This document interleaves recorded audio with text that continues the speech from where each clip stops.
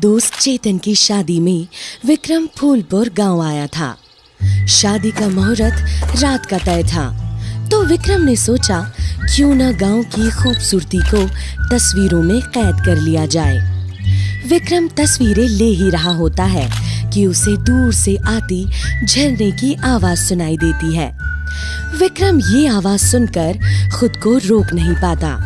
विक्रम झरने की ओर बढ़ता है। Finally beautiful. तस्वीर खींचते खींचते एकदम से विक्रम को झरने में नहाती एक खूबसूरत लड़की दिखाई देती है। उसकी खूबसूरती देखकर विक्रम को अपनी आंखों पर यकीन नहीं होता। उसकी चमकती आंखें, घने काले लंबे रेशमी बाल और बनावा ऐसा कि कोई भी दिल हार बैठे। इतनी खूबसूरत लड़की, क्या मैं कोई सपना देख रहा हूँ? उस लड़की के चेहरे से फिसलता पानी मानो पारस बन रहा हो। उसकी सुराही सी गर्दन से लेकर उसकी कमर पर बना वो काला तिल। विक्रम अपने कैमरे के लेंस को जूम करके देख रहा था। एक के बाद एक विक्रम उसकी कई तस्वीरें लेने लगा। विक्रम उसकी खूबसूरती से इतना मोहित हो उठा था कि उसे आसपास ना कुछ दिखाई दे रहा था और ना कुछ सुनाई दे रहा था। विक्रम उसकी खूबसूरती में खोया ही था कि अचानक कौन है आप? मेरा नाम बिरजू है जहरी बाबू। मैं इस गांव में ही रहता हूँ। आप जैसे भटके मुसाफिरों को सही सलामत पहुंचाने की जिम्मेदारी रहती है मुझ पर। आपकी उम्र के हिसाब से कुछ ज्यादा ही जिम्मेदारी दे दी आप पर। विक्रम बूढ़े बिरजू काका के आने से बेहद हताश होता है, जो उसके और उस झरने वाली लड़की के बीच खलल बनकर आ गए थे। वैसे मैं कोई भटका मुसाफिर नहीं हूँ, एक फोटोग्राफर हूँ। अपने दोस्त की शादी में फूलपुर आया हूँ। मैं यहाँ भी गांव की खूबसूरत चीजों की तस्वीरें ले रहा था और आपने आकर पूरा हाँ, सारी खूबसूरती ना जाने क्यों लोगों को इस झरने में ही दिखती है, खासकर शहरी लोगों को। ये कहकर बिरजू वहाँ से चलने लगता है। चलिए साहब, गांव में कई बातों का ध्यान रखना पड़ता है। अरे कहाँ चल दिए? और आपका काम सिर्फ मर्दों की सुरक्षा ही है क्या? वो बेचारी औरत वहाँ अकेली झरने के नीचे नहा रही है। उसकी जान इज्जत को जो खतरा है वो आपको नहीं दिख रहा? विक्रम की बात सुनकर बिरजू काका एकदम हड़बड़ाकर पलटते हैं। वो फटी आंखों और चिंता भरे भावों से विक्रम की ओर देखते हुए फिर एक नजर झरने की ओर देखते हैं।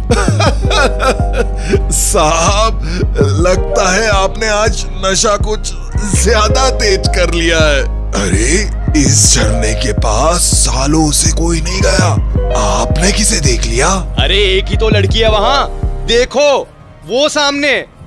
अरे ये दुल्हन का जोड़ा पहनकर यहाँ तैयार क्यों हो रही है?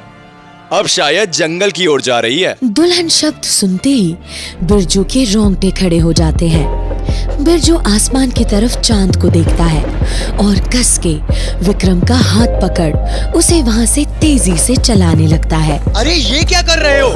कहाँ ले जा रहे हो मुझे? साहब, झरने पे नहाती लड़की कोई साधारण लड़की नहीं थी।